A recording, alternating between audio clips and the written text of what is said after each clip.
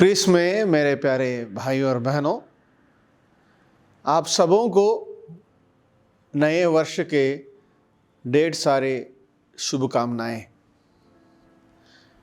प्रभु से प्रार्थना करता हूं कि आने वाले साल आपके जीवन के सबसे सफल साल हो। प्रभु की आशीष आप सबों को हमेशा मिलते रहे। आज माता कलीसिया इस वर्ष के पहले दिन हमें एक बहुत बड़े पर्व के ओर अग्रसर करते हैं, इस माता मरियम का पर्व। यशायाह नबी का ग्रंथ में ऐसा लिखा है, अध्याय 7 वाक्य 14 में, प्रभु स्वयं तुम्हें एक चिन्ह देगा और वह यह है, एक कुंवारी गर्भवती है, वह एक पुत्र को प्रसव करेगी और वह उसका नाम इम्मानुएल रखेगी। एक कुंवारी जो प्रभु के कृपा पात्र बनाए गए, प्रभु के सामने वो सही ठहराए गए, जिसके द्वारा वो कुंवारी यीशु माता बन जाती है। वर्ष के सबसे पहले दिन, प्रथम दिन, कलीसिया हमें सिखाती है कि हम उस माता के साथ अपना वर्ष का आरंभ करें।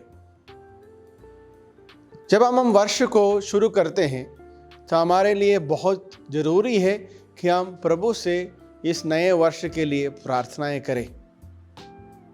अकेले हमारे लिए नहीं, पूरे विश्व के लिए, हमारे नेताओं के लिए, विश्व में शांति फैलाने के लिए, और जहाँ पर अशांति है, जहाँ पर जंग, लड़ाई झगड़ा का माहौल है, वहाँ पर प्रभु अपने आशीष हमें प्रदान करे और जिसके द्वारा समृद्धि की ओर बढ़ने वाले एक नए साल हमारे जीवन में हो।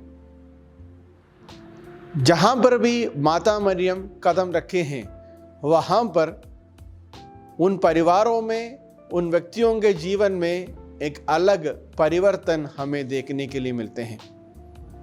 उदाहरण के तौर पर, जब माता मरियम जकराया और एलिजाबेथ के परिवार में पहुंचे, प्रभु की आशीष उस परिवार में उन्होंने महसूस किया।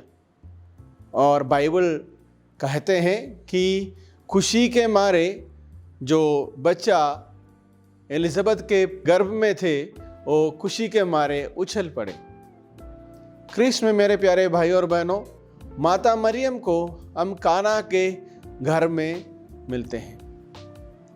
काना के घर में जब उनके लिए अंगूरी खत्म हुआ था, माँ मरियम खुद जाकर उस परिवार के हालात को समझती है और अपने पुत्र से जिक्र करता है कि बेटा इनके लिए कुछ करे। जब कलीसिया आज हमें माता मरियम का पर्व की ओर अग्रसर करते हैं, ये अनिवार्य है कि हम भी अपने जीवन में माँ मरियम को शामिल करें। संत यूहन्ना के सुसमाचार अध्याय 19 वाक्य 27 में इस तरह लिखा है, इसके बाद उन्होंने उस शिष्य से कहा, यह तुम्हारी माता है। उस समय से उस शिष्य ने उसे अपने यहाँ आश्रय दिया।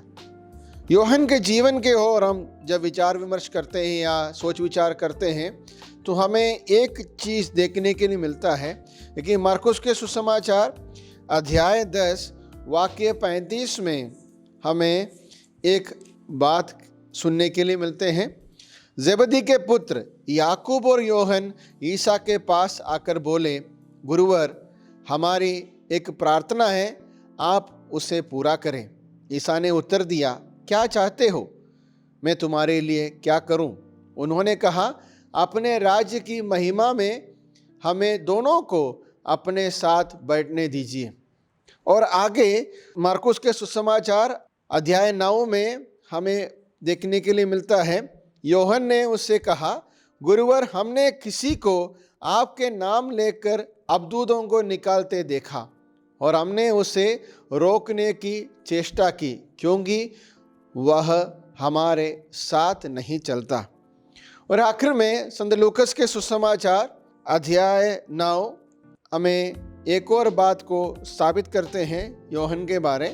अपने स्वर्गारोहण के समय निकट आने पर ईसा ने यरूशलेम जाने का निश्चय किया और संदेश देने वालों को अपने आगे भेजा।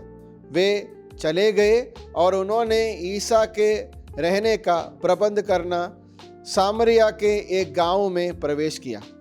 लोगों ने ईसा का स्वागत करने से इनकार किया क्योंकि वह यरूशलेम जा रहे थे।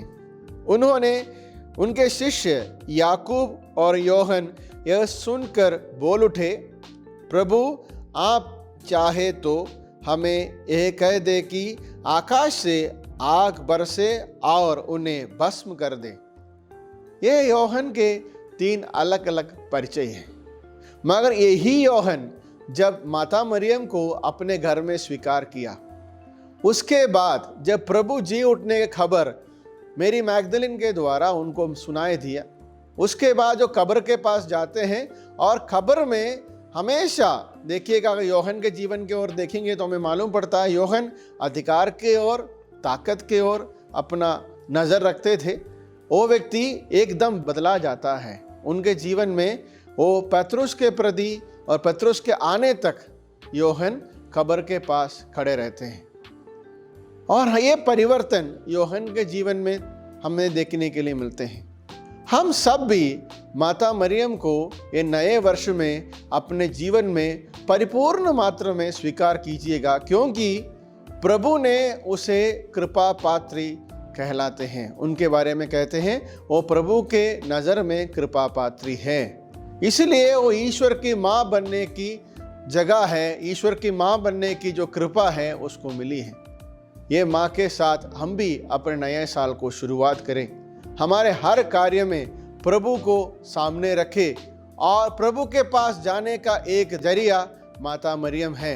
हम जानते हैं, हम जब छोटे थे, बच्चे थे, हम सब अपने पिताजी के पास कुछ भी मांगने जाते हैं, अब अक्सर अपने माँ के पास जाती थी। माँ से कह लेती थी, माँ मेरे लिए पापा से ये मांगिएगा, मेरे लिए डैडी से ये कह दीजिएगा। माँ हमारे हमेशा हमारी बातें अपने पिता से कहते थे। वही ज़रिया हम अपने प्रार्थनामय जीवन में भी उपयोग करना चाहिए, जहाँ पर हमें ईश्वर से जुड़ने के लिए एक अच्छा माध्यम प्रभु द्वारा हमें दिए हैं, वो है माँ मरियम। आज हम पर्व मनाते समय माँ के उन गुणों को अपने जीवन में शामिल करने के लिए कोशिश कीजिए। हमेशा माँ ने प्रभु की बातों को माना है, प्रभु के बातों के लिए हमेशा माँ ने हाँ बोला है। हम भी अपने जीवन में माता मरियम की तरह प्रभु के हर आज्ञा को पालन करने के लिए कोशिश करें। आज्ञाओं के समय, हमें परेशानियों के समय, हमारे जीवन में आने हुए कठिनाइयों के समय जैसे माँ प्रभु की ओर अपने आंखें रखी, उसी तरह हम भी प्रभु की ओर बढ़े और प्रभु की ओर से कहे हुए हर बातों को अपने जीवन में सफल होने दें। आइए एक मन और विश्वास के साथ नए साल की ओर बढ़े। नए साल हमारे जीवन में आशीष का समा हो, कृपाओं का समा हो और माँ मरियम के साथ हमारे जीवन में प्रभु की ओर बढ़ने का समय हो। आप सबों को नए वर्ष के ढेर सारे शुभकामनाएं। प्रभु आपको आशीष दे।